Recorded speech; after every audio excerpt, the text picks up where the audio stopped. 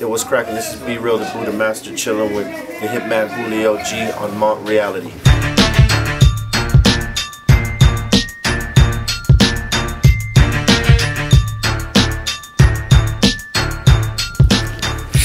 Man, my head was always like thinking about something else. Realistically, you know, I was either drawing shit on my table or writing some sort of poetry shit on the desk, and I'd get in trouble for that. So, when I was in school anyway.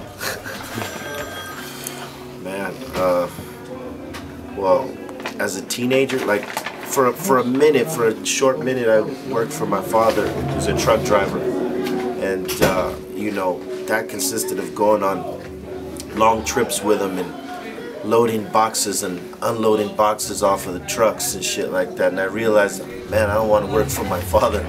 Shit's fucked up. So, you know, soon while after, I kind of hooked up with the wrong kids, and I just started kind of slanging out there, you know, survival instinct on the street style type shit. My first big paycheck, like that we all got a lot of individual money, was for the Say-Nights commercial we did. I didn't even drink Say-Nights, man. You know, I thought the shit was horrible. It was malt liquor. I didn't even drink at the time, man, but, you know, everybody wanted to do it. You know, it was a democracy, so we were like, fuck it, all right, let's do it. So I said, I'm gonna take this check and I'm gonna go buy me a Ford Explorer. And that's what I did with my first big check. I got me a green Ford Explorer. It lasted me a long time, and then I gave it to one of my homeboys and he smashed it. The key to success, there's no one key there, you know, there's several factors. No one really knows how to be successful. It just sort of happens. People gravitate to whatever message you got, whatever music, or just the fact that you can entertain the shit out of them, you know what I mean? They all gravitate in some sort of way. It's, you know, the success really is in keeping that going, the longevity of it, and that comes with a lot of different things. For us, it was always that we always made time to interact with our fans, you know, whether it's a handshake, photograph, you know, signature, anything like that, you know. And today we interact through BeReal.tv, you know, we're always doing that sort of thing. The other element is the live show. Always like keep them wanting to come back to it. You know, you got to give them 100% when you're out there. It's got to be tight, it's got to be clean. We came from a school of hip-hop that it was a lot of energy and everybody had their shows together, you know what I mean? And, you know, ultimately the music, you know, the music has got to be good. Whether it sells a lot of records or it doesn't sell a lot of records, the quality of the music has to be there, and that comes through passion, you know. And we've always been passionate about hip-hop and doing music, and we grew up competitors like that, whether it was sports or just anything, breakdancing, popping, stuff like that. We were always competitive out there, so, you know, our passion and competitive nature has always kept us going. So it was all those elements for us. Somebody else, you know, I couldn't speak their story, but that's what it was for us. And it was the work that we decided to put behind it. Being there for the interviews, being there for the press, the radio stuff, being on time for all that shit, doing the videos, and all those little shit that rappers take for granted and fuck it up because, you know, they're too lazy to do it. You know, we did all those things because we had a chance to see people before us make those mistakes and see where they went, and we just decided we weren't going to make those mistakes. So you want to be a rock superstar. Let you know what this shit is really like. But I did that through a song, just the short version of the book. Right?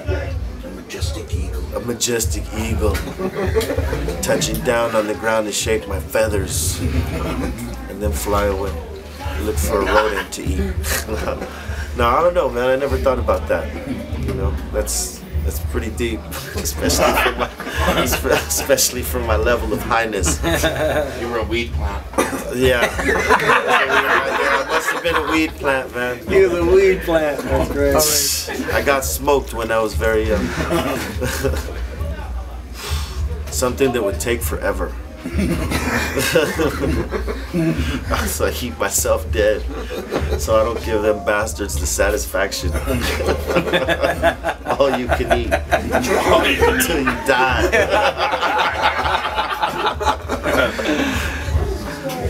Yeah, I guess for me it was probably Bart Simpson, because he just didn't give a fuck. You know, he was anti-authority. He was always pulling fucking tricks. The Simpsons was pretty, iconic. Bart Simpson was a little bastard, so I would say Bart Simpson. And now the band you've all been waiting for, Cypress Hill! Another Cypress Hill album, definitely. We're in the works for that. We're gonna, after these tours are over, after we're done with that, we're gonna go down and head over to Muggs' studio, chop it up with him, and figure out what we're gonna do on the next album. And for me, a solo thing, that's definitely gonna come. I'll probably do a mixtape first, just to warm it up again.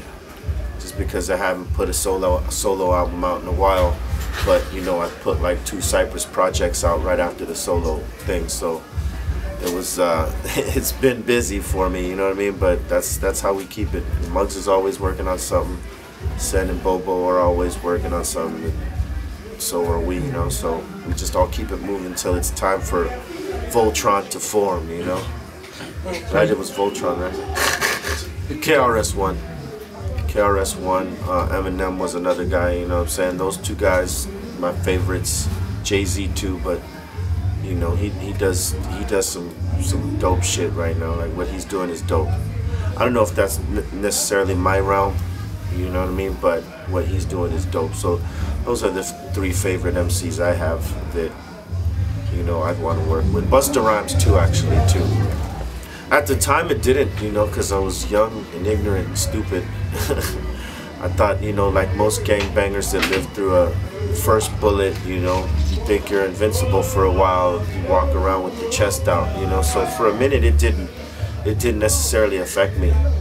It was the fact that Sendog and Muggs and Lil Puppet came to me and kind of like pulled me out of the gangbanging, like saying, hey, we got this music shit jumping off. You used to do it with us, why don't you come back and, try something different. So that was mainly it, because I was still like totally locked into being in the hood, and I didn't think that I was gonna ever leave it. But they took the time to come and get me out of there, so it was kind of, like, oh, what do I got to lose? Fuck it, let's go. And fortunately it worked out. We're here 22 years later, rocking it. Man, he was a really cool dude. Easy to get along with, man. When we met D12 for the first time, he was like one of the first guys we met. I think it was him and Bizarre. And he was just naturally clicked in with us, man. Like the type of homie we knew back home, you know what I'm saying? Just people that been through the same shit but live in different places, you know what I'm saying?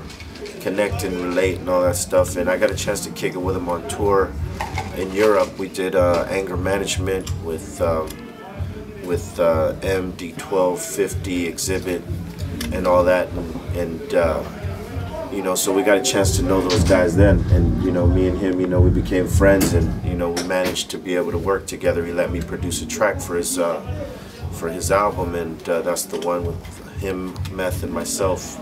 So it was cool. I didn't really know that he could spit it like that till we did that song, because he like did a style that I hadn't heard him do before. That shit was kind of tight. It gave me a whole other respect level as an MC. As a person he was already cool, but as an MC I was like, damn, he's killing it. Word up, man. Hey, man, if you ain't a Cypress Hill fan, be a Cypress Hill fan. If you are, thank you very much. Go check out BeReal.tv, www.BeReal.tv.